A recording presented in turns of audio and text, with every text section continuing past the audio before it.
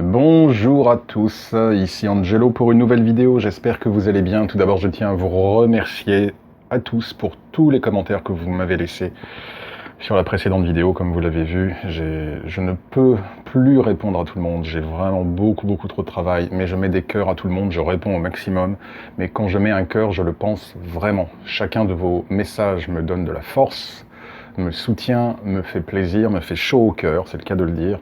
Et donc quand je mets un cœur, c'est pas du tout pour faire genre, c'est vraiment ça, voilà, pour manifester ma gratitude. Donc merci à tous pour vos messages.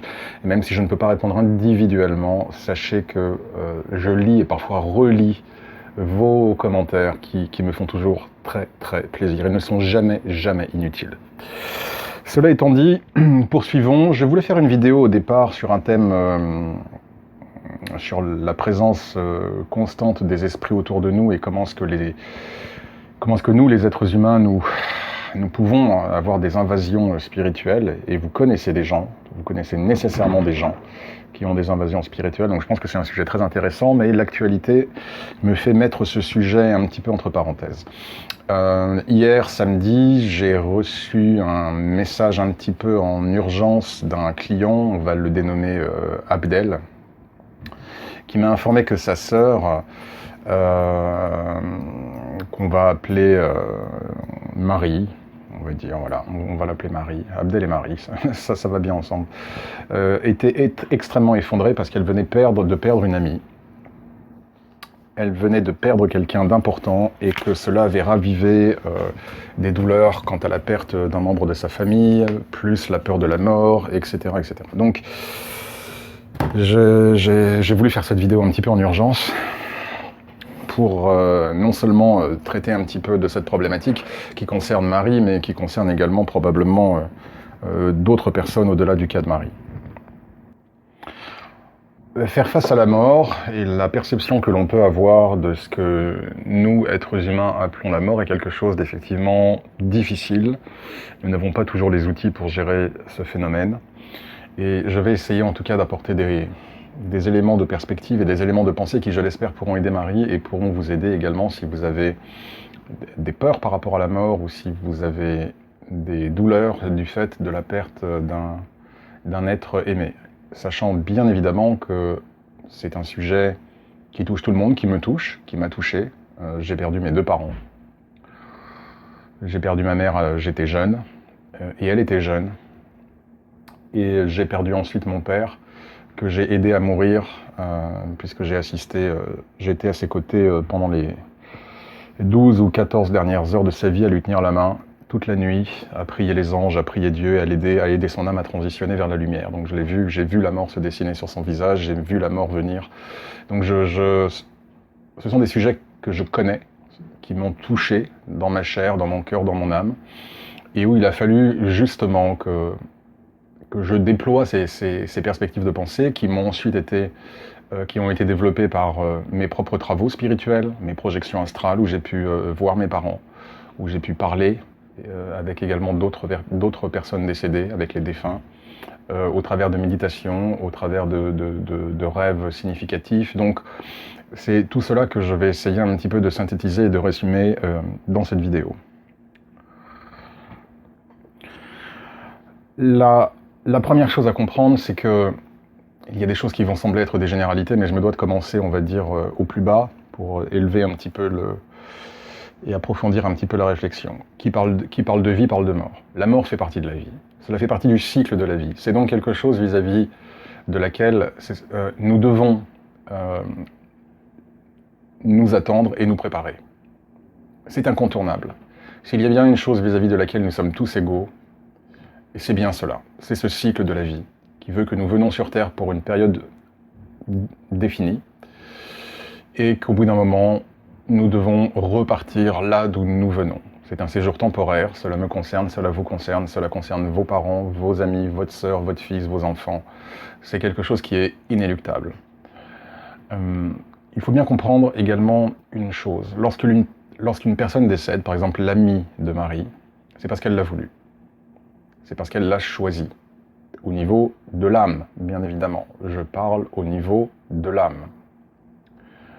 Je vous renvoie sur ma vidéo peut-on décider, peut-on modifier l'heure de sa mort? C'était le titre de la vidéo où je parlais justement du fait que l'âme, lorsqu'elle s'incarne sur Terre, s'incarne avec un plan qui est défini et qui comprend un certain nombre de points de sortie, c'est-à-dire de moments où l'individu pourra mourir, pour parler simple, pourra transitionner.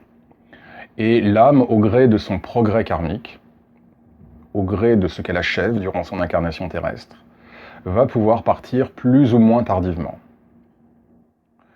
Le fait que chaque âme ait divers points de sortie, je ne répète pas ce que je disais dans cette autre vidéo, je vous y renvoie, et ce qui explique que parfois, vous avez des personnes qui ne meurent pas immédiatement, et qui par exemple vont se retrouver dans le coma. J'ai eu un exemple récent, il y a peut-être un mois ou deux, d'une femme un client qui vient vers moi parce qu'une amie de leur famille était effectivement très malade et s'est retrouvée dans le coma. Il m'a demandé de prier pour cette personne.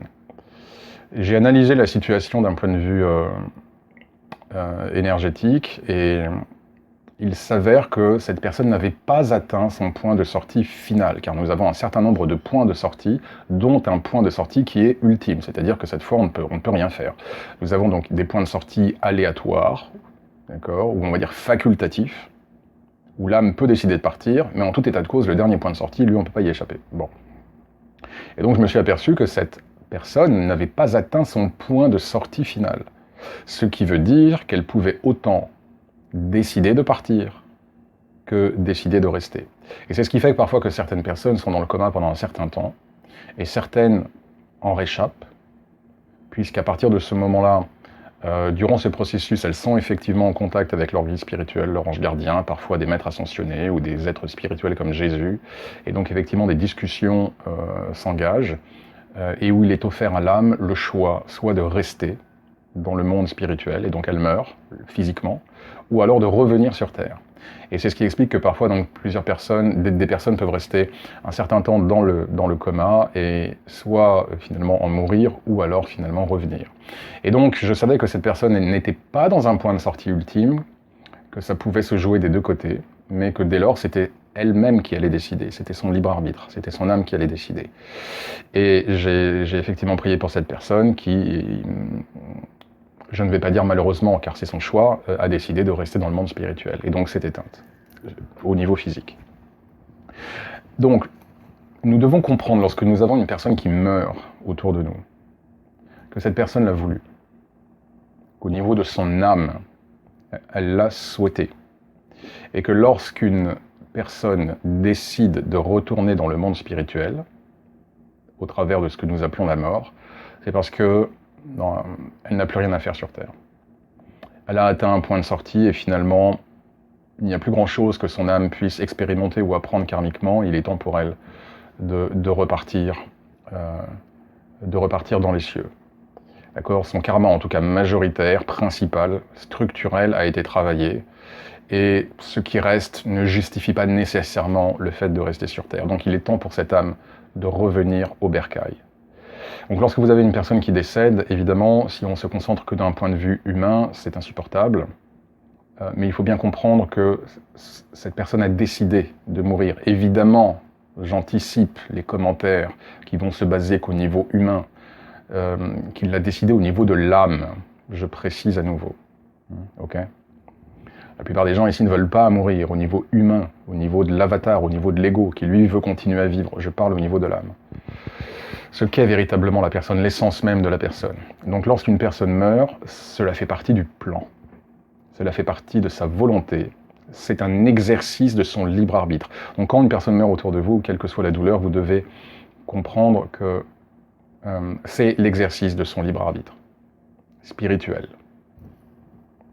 La deuxième chose à comprendre, c'est que lorsque une personne décède, les membres de nos familles ou nos amis décédés, lorsqu'ils sont dans le plan spirituel, ils sont très très très heureux. Évidemment, je ne parle pas du cas de ceux qui restent bloqués dans les limbes pendant un certain temps. Dans la grande majorité des cas, enfin, je ne peux pas quantifier, c'est évidemment inquantifiable. Mais le processus standard, c'est qu'effectivement, au moment où on meurt, peu ou prou, on rejoint les cieux et l'âme, du coup, va pouvoir se régénérer, va pouvoir se reposer et être entourée d'amour et de lumière. Et donc, c'est toujours important pour nous de nous souvenir que ceux qui sont malheureux, c'est nous. Ici, sur Terre, ceux qui partent, et c'est là encore où il est important d'exercer notre amour inconditionnel, puisque si on aime une personne, on veut le meilleur pour elle. Et le meilleur pour cette personne, c'est d'une part respecter la décision de son âme, son libre arbitre, le fait qu'elle soit repartie dans les cieux, et d'autre part, accepter le fait qu'elle puisse être heureuse sans nous, heureuse loin de nous. Et encore, je vais vous indiquer qu'elle n'est pas si loin que ça. Mais donc, si on tient à quelqu'un, et a fortiori si nous parlons d'une personne qui avait peut-être des problèmes dans sa vie, qui avait des maladies, ou qui avait des soucis, nous devons nous souvenir que là où elle est aujourd'hui dans les cieux, elle ne souffre plus. Elle est en extase, à tous les sens du terme. D'accord, en extase spirituelle, en extase émotionnelle, en extase énergétique. Elle est entourée de gratitude, d'amour et de lumière. Qui plus est, pour les décédés, c'est toujours un petit peu frustrant parce que pour eux, là où ils sont, le monde, le temps et l'espace n'existent pas. Et pour eux, si vous voulez, ils nous voient avec un peu de frustration, puisqu'ils nous voient tellement tristes et tellement déprimés. Alors que pour eux, ils savent que demain, parce que pour eux, c'est comme si c'était demain, nous serons à nouveau réunis. C'est-à-dire que si j'ai un ami qui meurt aujourd'hui et que j'ai encore 10, 20, 30, 40 ans à vivre, pour moi, je ne reverrai pas cet ami avant 10, 20, 30 ou 40 ans, parce que je suis sujet et soumis au temps et à l'espace dans ce monde en 3 dimensions. Mais dans le monde spirituel tel qu'il existe, il n'y a pas de temps, il n'y a pas d'espace, ce qui veut dire qu'en revanche, là où pour moi cela mettra 10, 20, 30 ans, 40 ans en perception avant de rejoindre mon ami, ou ma mère, ou mon père, pour eux, parce que le temps n'existe pas, c'est comme si c'était demain que nous serons à nouveau réunis. Et donc ils sont déjà dans cette joie de nous accueillir et d'être avec nous. Ce qui me fait basculer au point suivant, c'est que nous allons nous retrouver. Marie va retrouver son ami. Et la raison pour laquelle elle va retrouver son ami, qui, petit 1, a choisi de transitionner, c'est le choix de son âme. Petit 2 est dans un état d'extase et de bonheur où il n'y a plus de souffrance, plus de contraintes, plus d'oppression, plus de stress, plus de maladie, plus de peine. Mais qui en plus va la retrouver parce que Marie et son ami ont des liens karmiques. Nous avons tous ce que j'appelle des tribus karmiques, c'est-à-dire que nous allons de vie en vie être amenés à interagir les uns avec les autres au gré des rencontres que nous avons forgées durant des millions d'années, d'existence, de progrès, de développement, de vie, d'incarnation en incarnation en incarnation. Nous avons bâti, construit des tribus karmiques avec lesquelles nous avons édifié des liens et qui nous font retrouver ces âmes de vie en vie. Alors, il peut y avoir des existences sur Terre où nous n'allons pas croiser certaines de ces âmes qui appartiennent à notre tribu karmique, cela peut arriver, mais la plupart du temps, nous allons être amenés à nous retrouver. Ce qui veut dire que ce moment que nous avons ici sur Terre, la vie que nous avons, c'est de la mascarade. C'est juste un acte au sein d'une pièce de théâtre. Ce n'est pas la pièce de théâtre. Et la plus grande difficulté pour nous, êtres humains, si nous n'avons pas justement cette acuité spirituelle, est de ne considérer la vie que comme étant ce que nous vivons physiquement, avec finalement pas grand-chose après, pas grand-chose avant, c'est juste ce que nous vivons ici. Et donc lorsque nous perdons quelqu'un, nous nous disons que nous avons perdu cette personne pour toujours. Il n'y a rien de plus inexact. Mais c'est parce que nous avons ce sentiment que nous avons perdu une personne pour toujours que nous sommes autant dévastés. Mais la réalité, c'est que nous sommes unis spirituellement les uns aux autres, et particulièrement aux personnes qui constituent notre tribu karmique, qui appartiennent à notre tribu karmique. Et une personne comme Marie et son ami appartiennent à la même tribu karmique. Elles ont déjà eu des incarnations passées ensemble. Elles vont se retrouver après cette incarnation, et elles auront d'autres incarnations à nouveau. Elles ne se quitteront jamais. Donc c'est important de le garder à l'esprit. J'ai perdu ma mère, j'ai perdu mon père. Je vais les retrouver. Et nous continuerons à avoir d'autres vies ensemble. C'est simplement un acte, cette vie humaine que j'ai ici sur Terre à cette époque du monde, de l'humanité en tant qu'Angelo, n'est qu'un chapitre. Je suis plus qu'Angelo, je suis au-delà d'Angelo. Et je serai autre chose qu'Angelo, et je retrouverai mon père, et je retrouverai ma mère, et nous pourrons rester des siècles ensemble dans les cieux. Et lorsque nous le voudrons, nous pourrons à nouveau nous incarner, ou sur Terre ou ailleurs, et toujours avec des liens forts. Donc je sais que ce n'est qu'un au revoir. Et non seulement ce n'est qu'un au revoir, mais qui plus est, ils ont voulu partir au niveau de leur âme, donc je me dois de respecter leurs décisions. Et qui plus est, ils sont dans un état de bénédiction. Et je ne veux pas... Ma mère, par exemple, avait d'immenses souffrances physiques.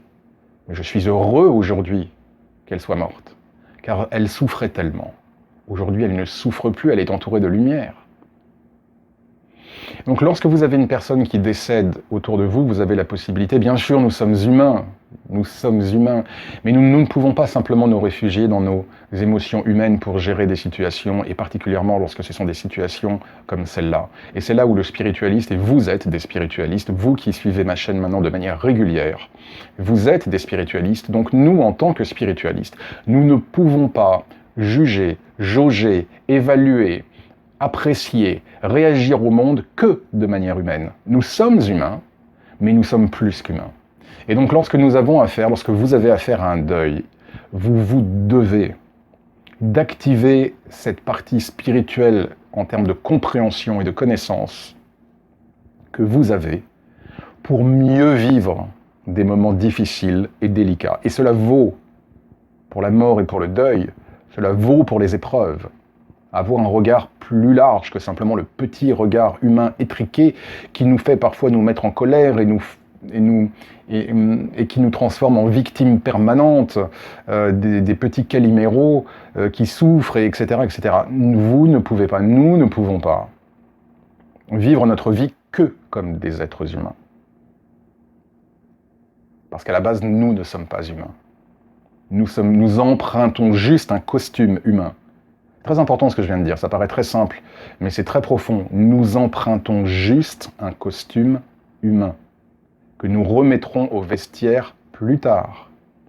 Notre véritable nature n'est pas humaine. Notre essence n'est pas humaine. Notre développement et notre capacité à nous élever vers la lumière n'est pas humaine. Et de fait, lorsque vous vous prochez dans l'astral, vous voyez bien que vous avez des capacités supra-humaines. Et pour tous ceux qui se projettent dans l'astral, vous avez effectivement une idée et un avant-goût de ce qu'est, entre guillemets, la mort et être un esprit. C'est extraordinaire, on n'a pas envie de revenir. On n'a pas envie de revenir. Donc si vous voulez une personne qui décède, ce n'est pas une... En réalité, c'est une personne bénie. C'est malheureux pour ceux qui restent. Et évidemment, il y a des situations qui paraissent tellement injustes, évidemment, tellement difficiles parfois à accepter juste humainement. Mais nous devons réfléchir de manière plus large. Donc, lorsque Marie a perdu son ami, c'était son moment de partir. Elle l'a voulu, elle l'a choisi, ce moment était déjà acté avant même qu'elle ne s'incarne sur Terre. Elles ont souhaité vivre à nouveau une expérience humaine pour la énième fois, ensemble, et elles en revivront d'autres.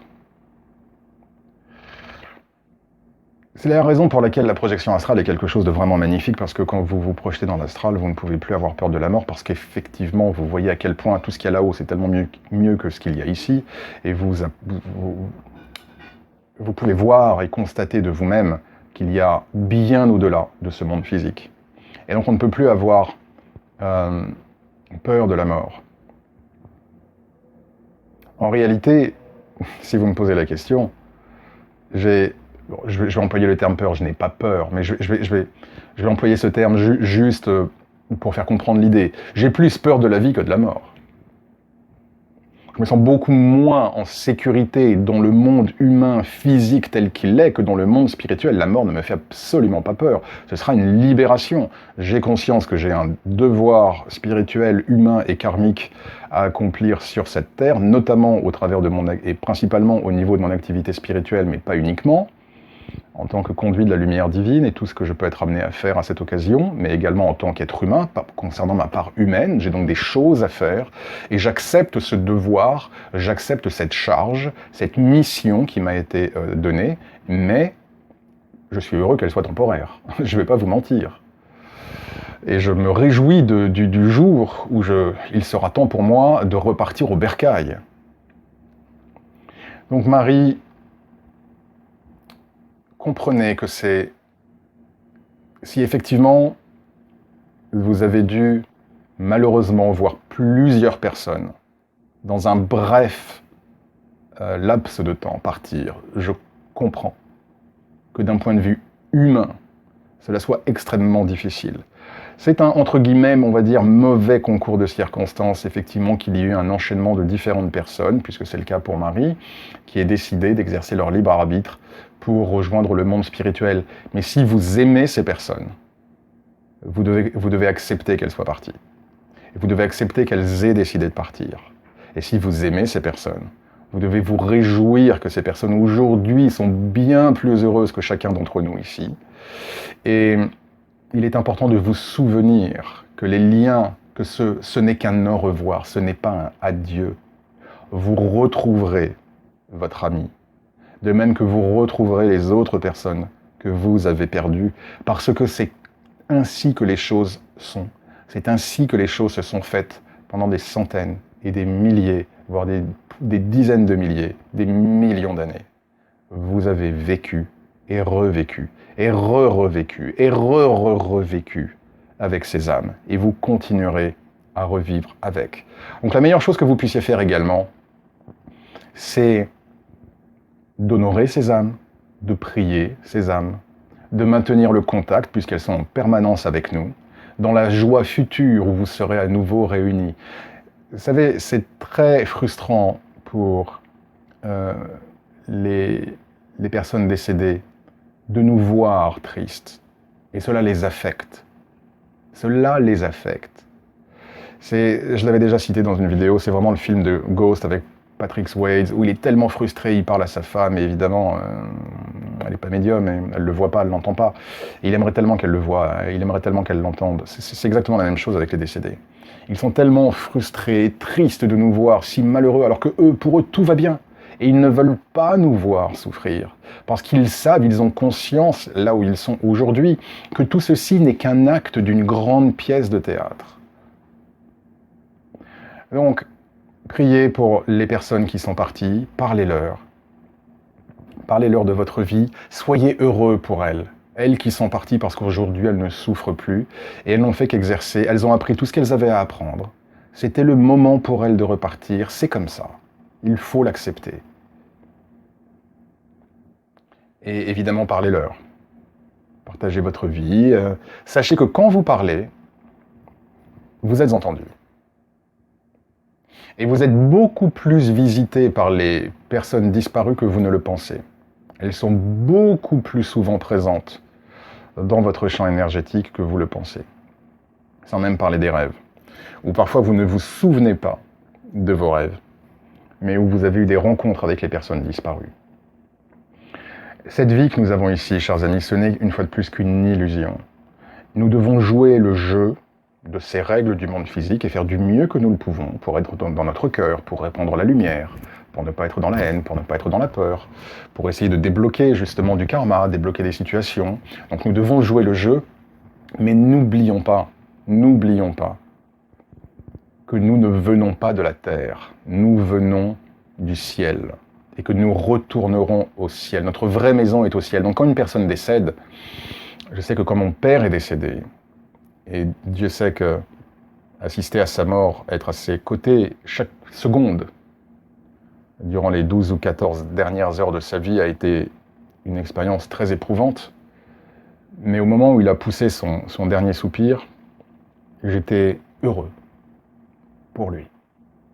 J'étais heureux qu'il soit retourné à la maison. Et je savais qu'un jour, plus longtemps pour moi que pour lui, qui n'est pas soumis au temps et à l'espace, qu'un jour, je serai à nouveau avec mon père. Et que dans une prochaine vie, je serai à nouveau avec mon père. et que dans encore une prochaine vie, je serai à nouveau avec mon père. Oh, peut-être qu'il sera mon fils, peut-être que nous serons frères, peut-être qu'il sera mon grand-père, peut-être que je serai son grand-père, mais nous serons toujours ensemble et avec ce même lien d'amour. Je vais en rester là, 24 minutes. J'espère que cette vidéo aura été utile à Marie et à d'autres personnes. Merci encore à tous pour vos messages. C'est un sujet effectivement où on peut encore dire beaucoup de choses. Mais voilà, j'ai vraiment voulu faire cette vidéo sur le fil. À la base, je voulais faire donc l'autre vidéo dont je vous ai parlé. Je voulais la faire demain. Donc là, j'ai vraiment isolé un petit peu de temps là pour, dans la foulée, faire cette vidéo pour qu'elle soit diffusée le plus vite pour Marie, puis pour vous tous aussi, hein, évidemment, chers auditeurs, car je sais que le décès, la mort, le deuil, la peur de la mort sont des choses qui affectent beaucoup de gens. Donc voilà, j'espère que cette vidéo aura été intéressante, en tout cas elle aura pu aider. Comme je le dis souvent, si elle n'a pu aider qu'une personne, elle était utile. Je vous remercie à tous, en tout cas, une fois de plus, pour tous vos messages. Prenez bien soin de vous. Je vous dis à très bientôt, et que Dieu vous bénisse.